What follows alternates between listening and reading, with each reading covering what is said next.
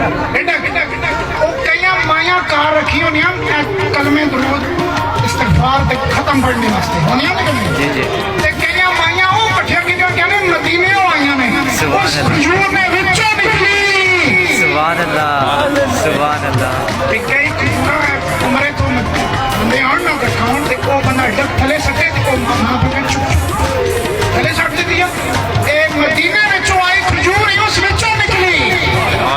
हाय को कहना क्यों मैं पूछा क्यों है तो क्यों करता है